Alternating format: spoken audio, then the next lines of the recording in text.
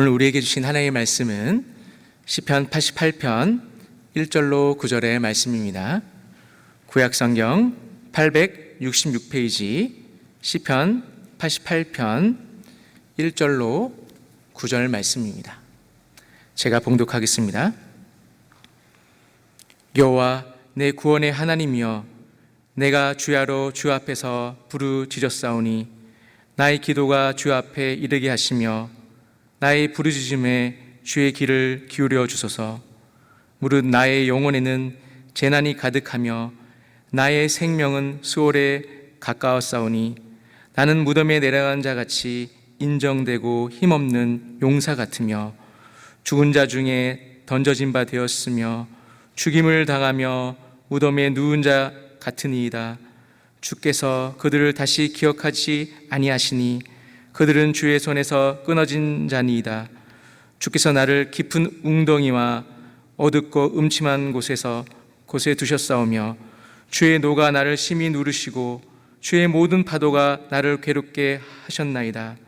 주께서 내가 아는 자를 내게서 멀리 떠나게 하시고 나를 그들에게 가증한 것이 되게 하셨사오니 나는 갇혀서 나갈 수 없게 되었나이다. 곤란으로 말미암아 내 눈이 쇠하였나이다. 여호와여, 내가 매일 주를 부르며 주를 향하여 나의 두 손을 들었나이다. 아멘. 최근에 제가 어떤 책에서 본 이런 글귀가 내내 마음속에 남아 있습니다. 교회에서는 탄식이 들어설 여지가 없다. 교회 안에서는 인간의 탄식, 괴로움의 표현, 이게 들어설 자리가 없다. 여러분들은 어떻게 생각하십니까? 이 말은 교회 와서는 한숨을 쉬면 안 된다, 이것과 같습니다. 왜냐하면 환난 중에도 기뻐해야 되니까, 이런 뜻입니다. 아무리 어려워도 주님 어디에 계십니까? 도대체 왜 도와주지 않으시는 겁니까? 라고 말해서는 안 된다. 대신에 믿음으로 인내하고 기다려야 된다. 이런 의미이기도 합니다. 목회자들의 자녀가 일반적으로 사람들 눈치를 많이 본다고 해요. 그만큼 다른 사람들의 시선을 의식하기 때문입니다. 다른 사람들이 자기에게 무엇을 기대하는가를 나이는 어리지만 알고 있기 때문에 그런 거죠. 그래서 거기에 맞춰서 말합니다. 거기에 맞춰서 행동을 합니다. 그러니까 언뜻 보면 매우 착하고 그리고 신앙이 좋은 것처럼, 그런 아이처럼 보일 수가 있습니다. 근데 문제는 실상은 그렇지 못하다는 겁니다. 그저 자기의 내면의 감정, 이걸 숨기는 것 뿐이죠. 여러분, 비단 아이들만 이러겠습니까? 어른들도 뭐 똑같지 않겠습니까? 특별히 교회 안에서도 신앙적으로 좀 모범을 보여야 되는 이런 사람들, 지금 이 안에도 우리 교회 리더 역할을 하시는 분들이 많이 계십니다. 교회 리더들, 또 뭔가 다른 사람들의 주목을 받는 교회 중직자들, 이런 사람들, 경건하게 살아야 될 것 같은 이런 사람, 다른 사람하고는 좀 다르게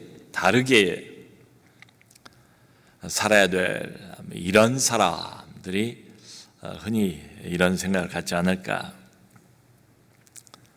무척 어려워요. 근데 왠지 이것을 표시를 내면 안 될 것 같은 이런 느낌이 있지요. 우리가 어렸을 때는 어쩌다 아이들이 싸움을 하는 경우가 있잖아요. 그러면 싸우다가 일단 먼저 울면 지는 겁니다. 우는 표현을 하면 그걸로 끝이에요. 마치 그런 것처럼 아무리 어려워도 아무리 힘들어도 그걸 밖으로 입을 벌려 표현해내는 것을 미성숙함의 표시로 생각하는 경향들이 우리 모두에게는 있습니다. 자, 그런데 큰 질문은 사람이 언제나 그럴 수 있겠는가? 오늘 아까 읽었던 시편 88편은 소위 비탄시에 속합니다. 비탄시, 괴로움, 고통, 탄식 가운데서 지어진 시편들을 비탄시라고 부릅니다. 시편 전체 150편 중에서 이런 비탄시가 적지가 않아요. 약 3분의 1 정도, 50여 편은 다 비탄시입니다. 오늘 이 시편 88편의 저자를 앞에 나와 있는 괄호 속의 설명을 보면 해만이라는 사람이 지었다. 근데 이 해만이라는 사람은 다윗 당시에 성가대를 봉사했던 사람으로 알려져 있습니다. 악기도 아주 잘 다루었던 사람으로 알려져 있습니다. 그러니까 봉사자지요, 사역자지요. 그런데 이 사람이 지금 굉장히 큰 어려움에 봉착해 있습니다. 그 큰 어려움과 고통에 완전히 짓눌려 있는 이런 모습입니다. 그래서 극도의 어떤 슬픈 감정, 고통스러운 감정, 이게 잘 드러나 있어요. 아까 저희는 9절까지 읽었습니다만은 마지막 14절까지 보아도 마찬가지입니다. 매 9절마다 숨 막히는 것 같은 고통을 호소합니다. 거의 매 9절마다 하나님을 향한 절규가 잘 드러나 있어요. 그런데 이 시인이 자신의 고통의 감정, 이걸 숨기지를 않아요. 가감 없이 그대로 표현을 하고 있습니다. 왜 이러는가? 왜 참지 못하고 절제를 못하는 것인가? 이 사람은 좀 가벼운 사람이라 그런 것인가? 아니면 좀 말이 많은 사람이라 이런 것인가? 이것도 저것도 아닙니다. 한 가지 이유 때문에 그렇죠. 감추기에는 너무 심한 고통이에요. 우리 다 비슷한 것을 경험하지 않습니까? 웬만한 고통이나 괴로움이면 내가 혼자 삭힐 수 있습니다. 아니면 옆에 있는 가까운 누군가에게 털어놓을 수 있습니다. 그러면 해결이 돼요. 근데 웬만하지 못한 고통, 거의 절규에 가깝고 신음소리에 가까운 이런 시인의 음성을 매 9절마다 우리가 듣습니다. 3절을 보면 이렇게 말해요. 나의 영혼에 재난이 가득합니다. 나의 생명은 무덤에 매우 가깝습니다. 5절에서는 한 걸음 더 나갑니다. 나는 이미 죽임을 당해서 무덤에 누운 자와 같습니다. 주님의 보호의 손길이 끊어졌습니다. 주님의 기억에서 나는 사라진 자와 같습니다. 여러분, 여기 재난이라는 표현, 무덤이라는 표현, 죽음이라는 표현, 이 지금 시인의 상황이 얼마나 심각한가를 엿보게 해주는 것 아니겠습니까? 사랑하는 성도 여러분, 여러분들도 이런 시인과 같은 경험을 해보신 적이 있습니까? 흔히 말하는 것처럼 사면초가의 상황, 절체절명의 그런 위기,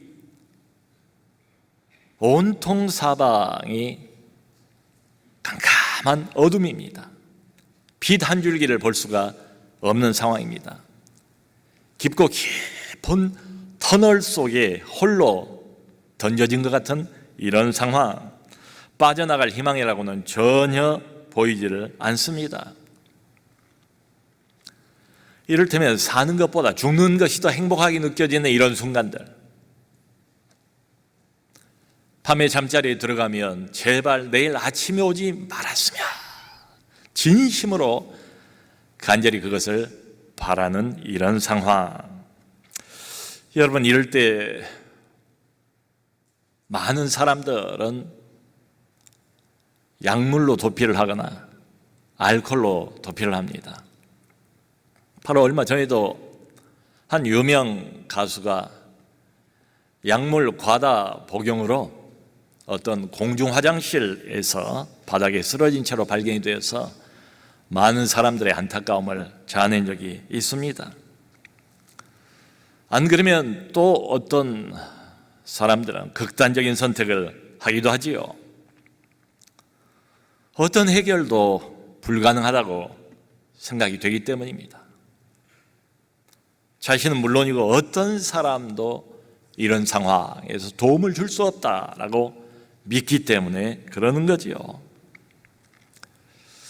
여러분, 우리도 인생을 살다가 이런 극심한 고통, 어려움을 겪는 때가 있지요. 그런데 믿는 사람들은 다르지 않습니까? 신앙이 없고 하나님을 알지 못하는 불신자들하고는 달라야 되지 않습니까? 그래서 흔히 그런 말을 많이 하기도 하고 듣기도 합니다. 사방은 꽉 막혀있다 할지라도 하늘은 열려있다. 하늘은 열려있다. 내가 극도로 어려운 건 사실이고 매우 위험한 상황인 것도 사실이지만, 그러나 하나님이 살아계신다. 그분은 우리를 돕는 분이시다. 그분은 전능하신 분이시다. 불가능이 없으신 분이시다. 그러므로 어떤 어려움도 능히 해결하실 수 있는 분이다. 우리를 기꺼이 구원해 주시는 분이 우리 하나님이시다. 여러분, 이게 우리의 고백 아닙니까? 또 이게 우리의 어떨 때는 유일한 소망 아니겠습니까? 근데 지금 문제가 뭔가 하면 이 시편 88편의 시인이 당면한 진짜 문제는 이겁니다. 나를 도와주셔야 할 하나님이 나를 대적하고 계시다. 나를 괴롭히고 이 모든 고통을 일으키고 계시는 주체가 바로 하나님이시다. 적어도 시인의 느낌은 그래요. 시인의 인식이 지금 그런 거예요. 6절을 보면 이렇게 말합니다. 주께서 나를 깊은 웅덩이와 어둡고 음침한 곳에 두셨습니다. 주께서 그러셨대요. 그런데 여기 깊은 웅덩이, 어둡고 음침한 곳은 원어를 보면 그 의미가 가장 깊은 웅덩이, 가장 어둡고 가장 음침한 구석에 두셨다, 이런 뜻입니다. 주께서 그렇게 하셨다. 7절을 보면 주의 분노가 나를 짓누르고 있습니다. 주의 파도가 나를 덮쳐 괴롭게 만들고 있습니다. 주의 분노의 손길이 거친 파도와 같은 하나님의 맹렬한 분노가 내 영혼을 짓누르고 있는 이런 상황입니다. 심지어 8절에서는 이런 말까지 해요. 주께서 내 친구들도 멀리 떠나게 하셨습니다. 그래서 친구들도 나를 싫어합니다. 제가 코로나19 상황이지만 종종 이런 이야기를 듣습니다. 많이 어렵고 힘든데 우리 목장 식구들 참 큰 도움이 됩니다. 나하고 함께 남수 은혜교회에서 신앙생활하는 신앙의 동역자들, 지체들, 그분들의 위로, 그분들의 진심 어린 나를 위한 기도가 되게 큰 힘이 됩니다. 도움이 됩니다. 이런 고백들 말이에요. 여러분, 어려울 때 우리가 깊은 절망을 느끼지 않습니까? 또 깊은 고독을 맛보지 않습니까? 근데 그런 가운데서도 진심으로 나를 염려해주고 때로는 눈물을 흘려가면서 나를 위해서 기도해주는 가까운 내 신앙의 동역자가 있다는 사실, 이게 얼마나 큰 힘이 됩니까?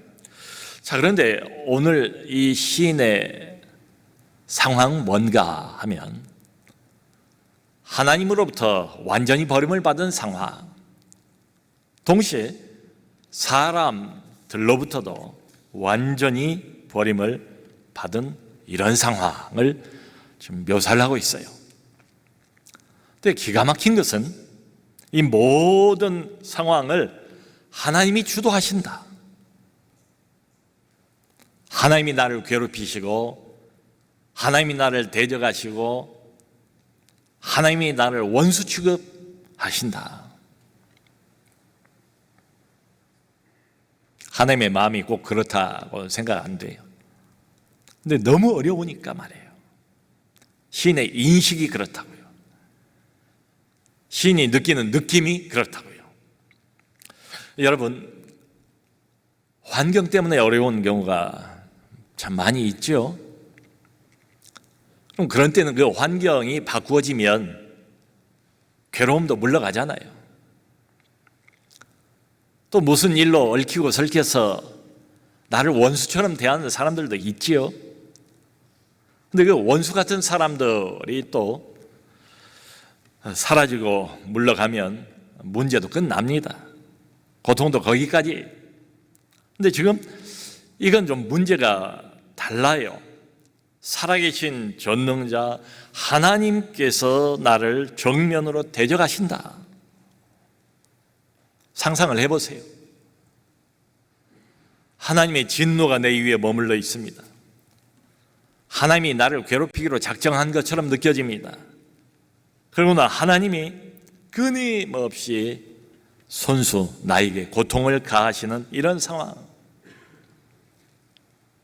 사람이라면 몰라도 하나님이 이러신다면 여러분, 우리가 그것을 막을 수 있겠습니까? 우리가 도망갈 수 있을까요?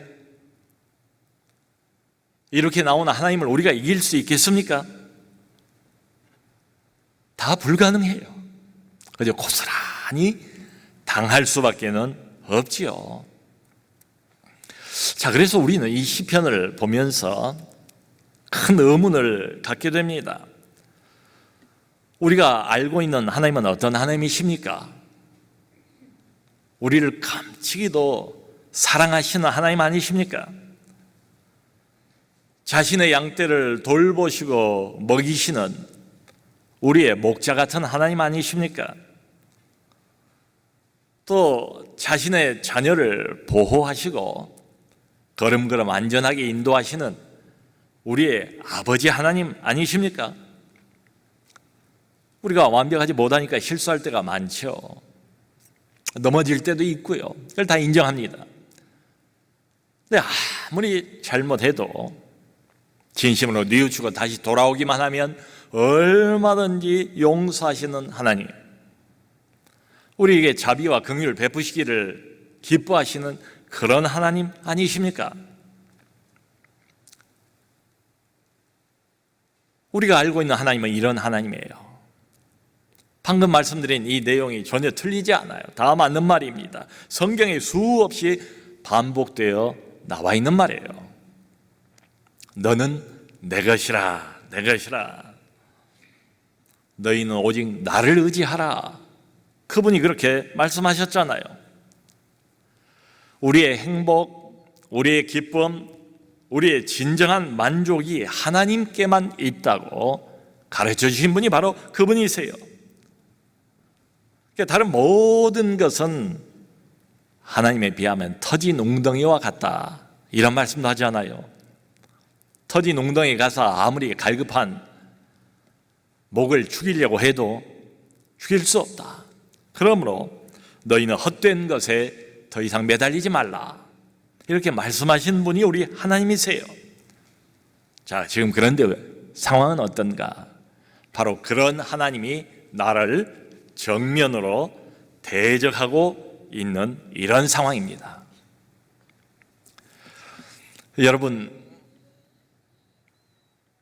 상당히 많은 다른 비탄시를 보면 시편 88편하고는 패턴이 달라요. 대부분의 비탄시들이 가지고 있는 기본적인 패턴은 이것입니다. 처음에는 고통으로부터 시작합니다. 어려운 감정을 시편이니까 숨김없이 토로하는 걸로 시작을 하지요. 그런데 끝까지 그렇게 가지 않습니다. 시인이 믿음을 회복합니다. 하나님에 대한 기억을 다시 새롭게 합니다. 그리고는 감사로 마쳐요. 많은 비탄시들은 고통으로 시작하지만 환희와 기쁨과 하나님에 대한 찬양으로 마감을 합니다. 그런 점에서 보면 이 시편 88편은 매우 특이한 시편입니다. 감사에 대한 이야기가 한마디도 없어요. 이런 반구, 그 암시도 없습니다. 감사도 못하는데 무슨 찬양이 가능하겠습니까? 없어요. 1절부터 14절까지 한 줄도 찾아볼 수가 없습니다. 한 단어도 찾아볼 수가 없어요. 언뜻 읽어보면 이 시편은 전체가 원망, 불평으로 가득 찬 것처럼 느껴집니다. 자, 그런데 여러분, 이런 시편이 오늘 우리를 위한 하나님의 말씀으로 성경에 수록이 되어 있습니다. 21세기, 더군다나 특별한 코로나19의 상황, 그 한복판을 걷고 있는 우리 모두에게 주시는 말씀이래요. 자, 도대체 이 시편을 우리가 어떻게 해석을 해야 되겠는가? 여러분, 만일에 지금 시편 88편의 저자가 겪고 있는 이런 어려움, 극한 상황, 이게 영원토록 오래오래 계속이 된다면 어떨까요? 아마 아무도 견디지 못할 겁니다. 얼마 못 가서 다 죽고 말 것 같아요.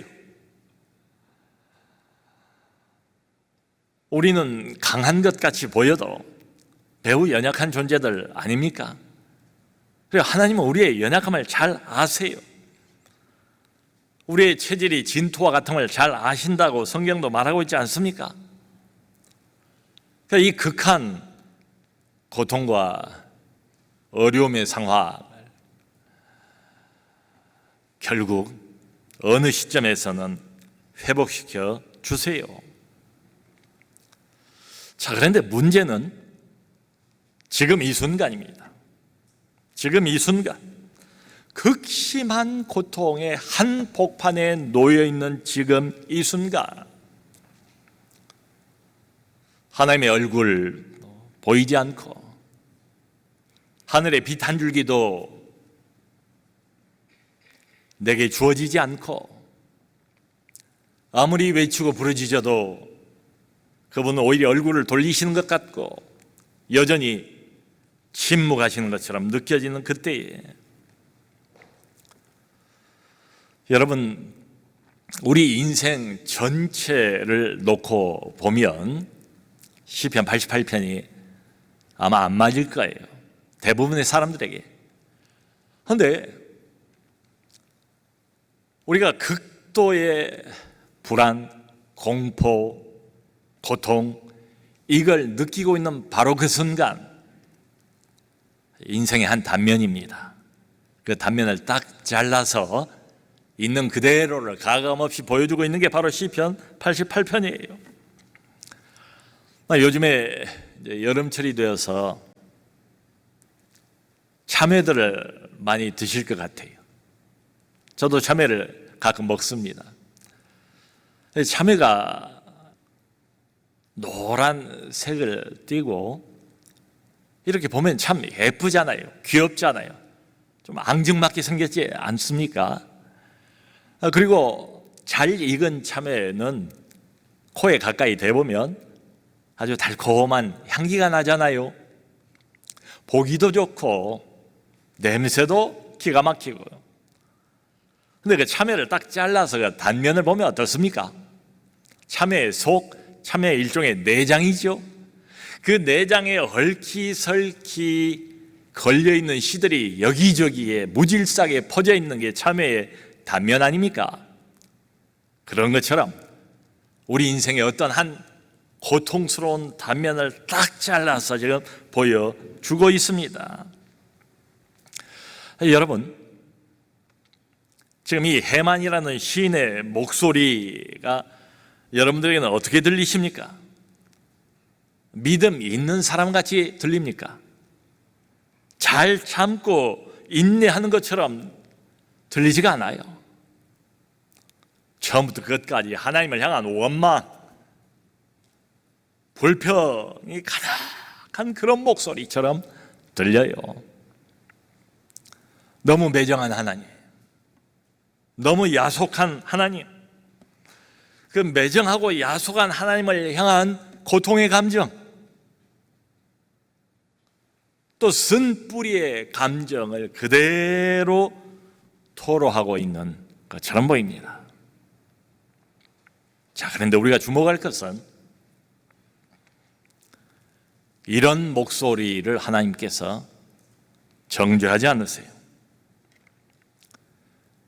그런 고통으로 가득 찬 울부짖음을 하나님이 거절하지 않으세요. 너는 왜 믿음이 그따위냐? 잘 믿는 것처럼 보이더니 이것 하나 견디지 못하니? 이렇게 말씀하지 않으세요. 하나님이 이런 목소리를 다 들어주십니다. 이런 감정을 그대로 다 받아주십니다. 여러분, 사람은 기계가 아니지 않습니까? 사람은 이성만 가지고 아무리 고통스럽고 어려워도 냉철하고 차가운 이성을 유지하면서 살아가는 존재가 아니잖아요. 어떤 어려움 한복판에서도 언제나 크리스찬 매뉴얼의 정답을 가지고 항상 FM으로 반응하는 게 아니지 않습니까?